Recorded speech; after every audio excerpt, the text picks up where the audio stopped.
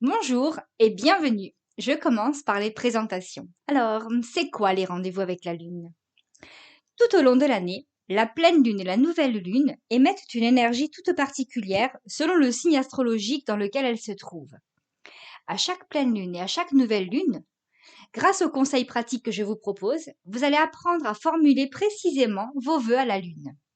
On va parler loi d'attraction. Chaque quinzaine, vous bénéficierez d'informations sur la Lune. Pleine ou nouvelle, vous saurez vers quel axe vous orienter. À la pleine Lune, on va chercher à nous libérer de ce qui nous bloque pour avancer. Et à la nouvelle Lune, on va définir nos objectifs pour accomplir notre mission de vie. Et étape par étape, on avance, les choses se mettent en place. Il s'agit bien de faire les choses dans le bon sens. C'est comme avancer sur la route. Le sens de circulation est important. Imaginez que dans un sens, c'est la pleine lune et dans l'autre sens, c'est la nouvelle lune. Pour éviter les accidents, ou que vos vœux ne se réalisent pas, on va éviter d'aller dans le contresens. Il est préférable d'avancer dans le bon sens de la marche, n'est-ce pas? Tout est une question de bon sens, et finalement, c'est logique. Et si en plus, la lune est dans votre signe, c'est encore plus puissant pour vous. Et évidemment, je vous confie aussi tout ce qui concerne l'énergie du signe astro dans lequel se trouve la lune, comme trouver l'âme sœur en nouvelle lune en balance, par exemple. Le plus dans tout ça, c'est le soin énergétique spécial Rendez-vous avec la Lune. On déprogramme à la pleine Lune, on programme à la nouvelle Lune avec les énergies de l'instant présent. Et vous êtes de plus conviés à suivre le coaching Rendez-vous avec la Lune pour accomplir vos vœux en toute simplicité et avec succès. Les liens sont dans le descriptif. Je vous invite d'ores et déjà à vous préparer au prochain podcast Rendez-vous avec la Lune en faisant les exercices suivants. Il s'agit premièrement de définir vos règles du jeu, c'est-à-dire qui je suis, quelle est ma personnalité, mon humeur, mes émotions, mon taux d'énergie. Établissez la liste de vos envies. Par exemple, quel est votre physique idéal? Définir où je suis et où j'ai envie d'être. Si j'ai envie de vivre en maison, en appart, en yourte, en solo, en famille, en coloc, avec des potes, avec des loups, que sais-je? Au bord de la mer, en haut d'un arbre, dans la forêt, en plein cœur de la ville? Avec qui je suis? Qui est mon chéri idéal? Qui va s'harmoniser parfaitement avec mon yin, avec mon yang? Quelles sont mes relations amicales, professionnelles?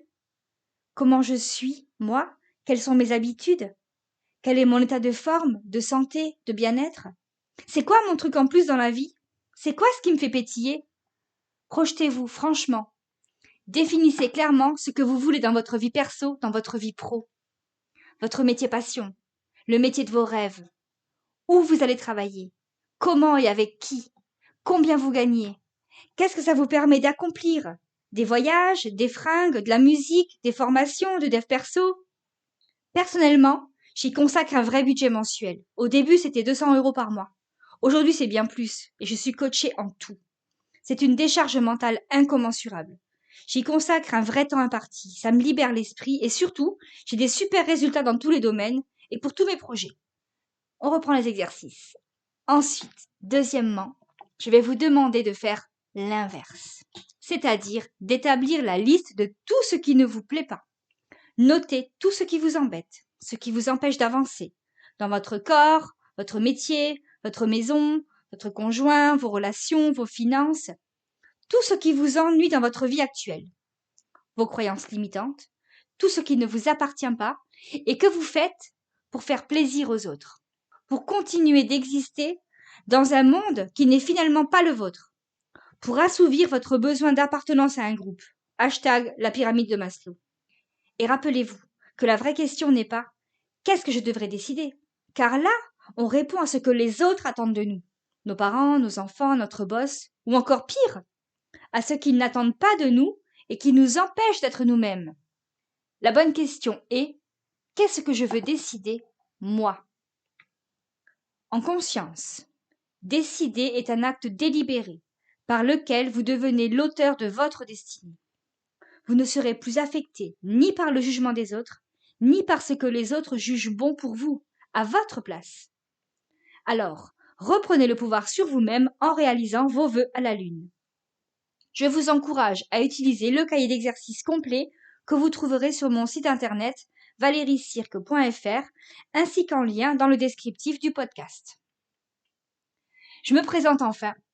Je suis Valérie Cirque, psycho-énergéticienne.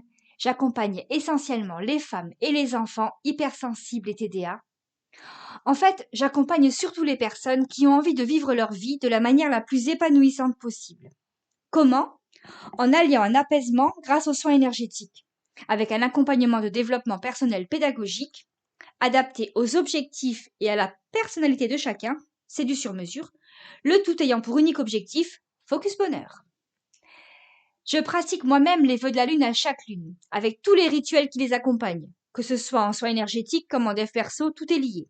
Et j'y ajoute ma touche personnelle en faisant un nettoyage énergétique à ma maison, et le tour est joué. Et si j'ai la vie que j'ai aujourd'hui, c'est grâce aux vœux de la lune. Je me rappelle de cette fois où j'ai réalisé les vœux de la lune avec ma fille. C'était en 2015, au printemps. On avait tout préparé. Bougies, papier de toutes les couleurs, les feutres. Chacune avait fait sa liste et on avait ordonné nos demandes sur le papier. Tout y était.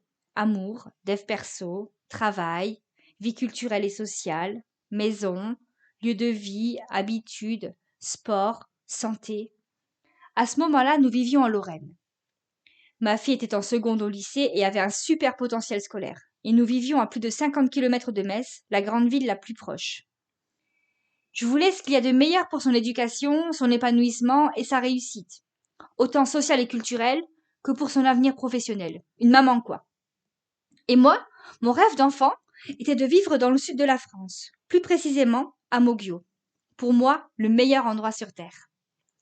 J'y ai passé toutes mes vacances scolaires, autant de moments de bonheur chez mes grands-parents, puis en devenant adulte, puis maman, tous mes congés.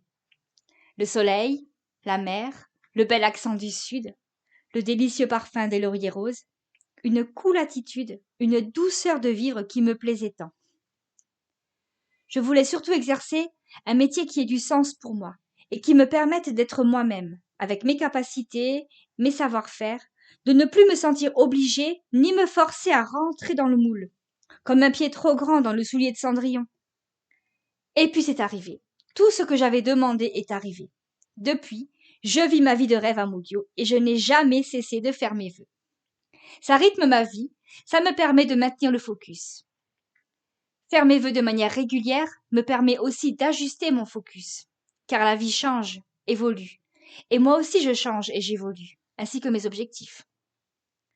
Certains disent que pour moi tout est facile, d'autres disent que j'ai une baguette magique, car j'obtiens tout ce que je désire. Alors même si ce n'est pas aussi simple que ça m'a souvent fait sourire. Mais je pense que c'est vrai. Quand on fait les choses dans le bon sens, qu'on écoute son cœur, qu'on reste connecté à son intuition, à son âme d'enfant, à son troisième œil, on ne peut pas faire fausse route. Quand on prend conscience à quel point on est guidé et que tout devient facile lorsqu'on est attentif aux signes. Alors, si vous écoutez ce podcast aujourd'hui, ce n'est pas par hasard, car il n'y a pas de hasard, il n'y a que des rendez-vous, disait Paul Éluard. Et à partir d'aujourd'hui, vous avez rendez-vous avec la Lune. C'est quand? Alors c'est un rendez-vous bimensuel qui a lieu le jour J à la nouvelle Lune et à la pleine Lune. Comme ça, c'est facile à retenir. En plus, vous trouverez le calendrier des lunes en lien dans la description. J'ai encore 3 astuces à vous donner pour vous libérer l'esprit et alléger votre charge mentale. Premièrement, notez nos rendez-vous dans votre agenda, car on va parler amour, argent et on va couper les liens toxiques, entre autres. Cliquez sur la cloche pour ne rien louper et recevoir les notifications. Et abonnez-vous à la chaîne YouTube. Rappelez-vous toujours que ce n'est pas votre but qui est à remettre en cause, mais votre volonté, votre persévérance, votre planification et votre ténacité.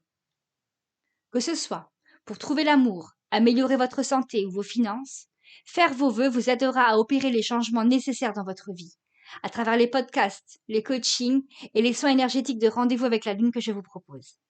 Ce ne sont pas juste des vœux, c'est toute votre vie qui peut changer, au fil des lunaisons. Je vous remercie pour votre écoute. Merci de contribuer à un monde meilleur, car chaque être heureux émane des vibrations positives qui se transmettent aux autres. Merci pour vos partages. Et rappelez-vous votre mission de vie. Focus bonheur. C'était Valérie. Rendez-vous à la prochaine lune.